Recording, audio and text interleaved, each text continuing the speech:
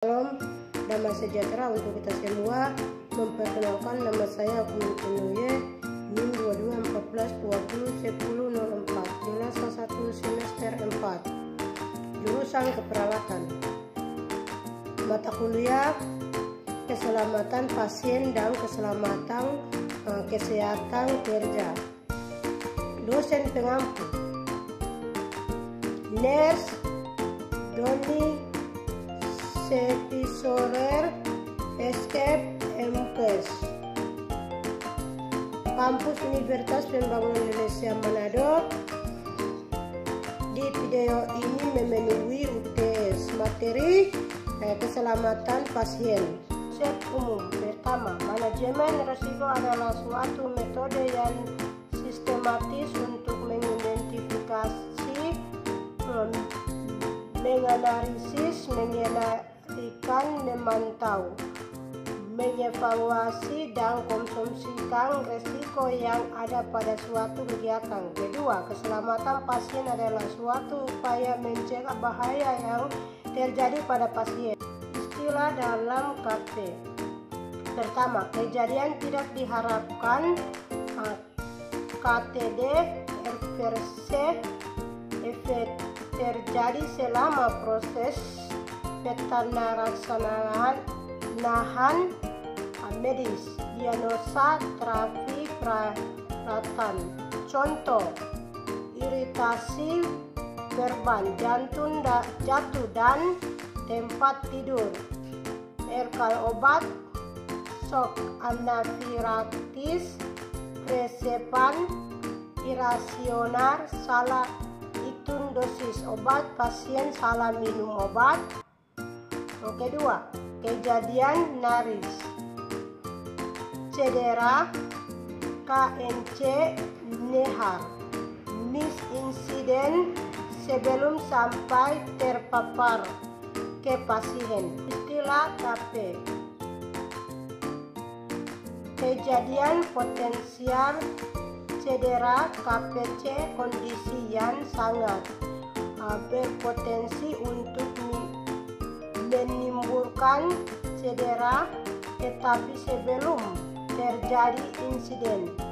Kedua, terjadi tidak cedera, KTC, insiden sudah terpapar pada pasien tetapi tidak cedera.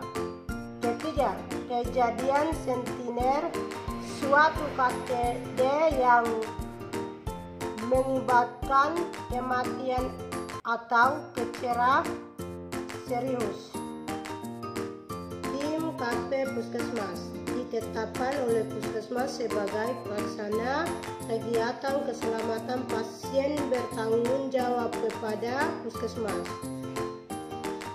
Kedua, terdiri dari manajemen mutu dan unsur profesi di Puskesmas. Mengidentifikasi pasien dengan benar.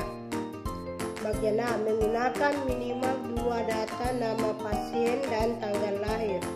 Bagian B, yakin bahwa pasien tepat mendapat DRA yang tepat pada saat transfusi.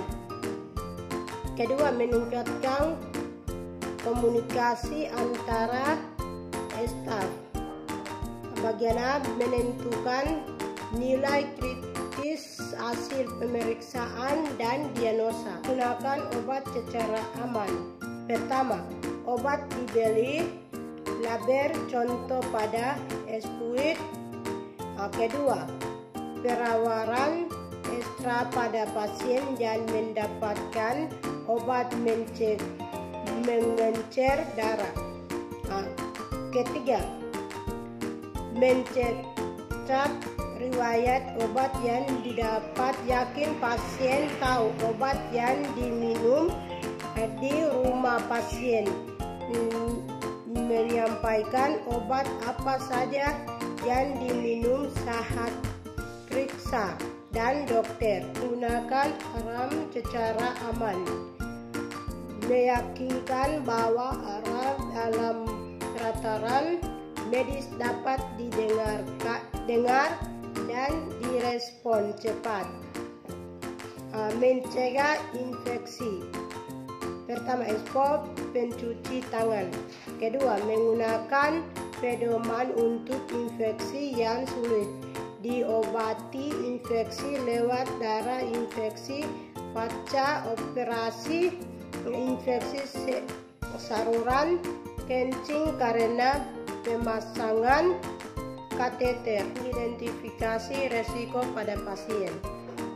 Kemungkinan pasien untuk suicide, mencegah kesalahan saat operasi. Pertama, meyakinkan bahwa operasi tepat pasien, tepat lokasi pada tubuh pasien. Kedua, memberi tanda pada bagian tubuh pasien yang akan dioperasi.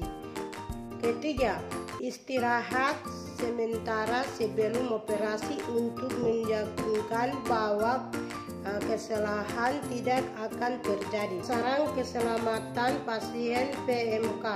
Pertama, ketepatan identifikasi pasien. Kedua, meningkatkan komunikasi dan efektif. Ketiga, meningkatkan keamanan obat yang perlu diwaspadai. Keempat, kepastian, tepat lokasi, tepat prosedur, tepat pasien operasi.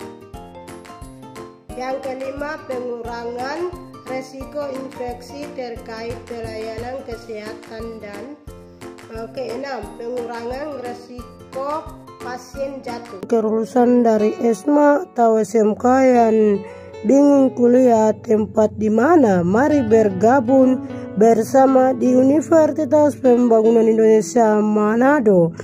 Karena UNPI mempunyai akreditasi B, fakultas yang terjangkau, dosen yang berkualitas. UNPI juga mempunyai ada 6 fakultas.